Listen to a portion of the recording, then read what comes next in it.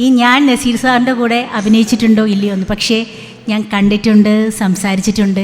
ആ ഭാഗ്യം എനിക്ക് കിട്ടിയിട്ടുണ്ട്. എനിക്കിപ്പോഴും ഓർമ്മയുണ്ട്, ഒരു ബ്രൗൺ സഫാരിയൊക്കെ ഇട്ടിട്ടാണ് വന്നത്, 2 പോക്കറ്റ്. സഫാരി അത് പറയാൻ കാരണം എൻ്റെ ഫാദറും സഫാരിക്കാരനാണ്, 4 പോക്കറ്റ് ഉണ്ടാവും. എനിക്ക് കിട്ടിയ ഒരു വലിയ ഭാഗ്യം എന്ന് പറഞ്ഞാൽ സാറ് മരിച്ച സമയത്ത് ചിറയൻകീഴ് കൊണ്ടുവന്നു. അപ്പം എൻ്റെ സിസ്റ്ററും ഞാനൊക്കെ ഭയങ്കര ഫാൻസാണ് സാറ് എന്ന് പറഞ്ഞാൽ. അപ്പം എങ്ങനെയെങ്കിലും പോകണം, അന്ന് കാറൊന്നുമില്ല. ട്രാൻസ്പോർട്ട് സ്റ്റാൻഡിൽ പോയി ട്രാൻസ്പോർട്ട് ബസ് പിടിച്ച് ചിറയൻകീഴിക്ക് പോയി. ഞങ്ങൾ പോയി കഴിഞ്ഞപ്പോഴേക്കും മയ്യത്ത് എടുക്കാനുള്ള സമയമായി.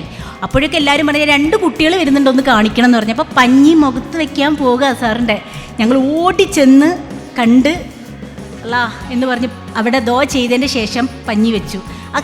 ഒത്തിരി സെക്കൻഡ് തെറ്റിയാൽ കാണാൻ പറ്റൂലായിരുന്നു. തസ്നിയുടെ ഏറ്റവും വലിയ ഭാഗ്യമാണ് നസീർ സാറിനെ നേരിട്ട് കാണാൻ സാധിച്ചത്. ഞാൻ ആ സമയത്തൊന്നും ജനിച്ചിട്ടില്ല, അതുകൊണ്ടാണ്.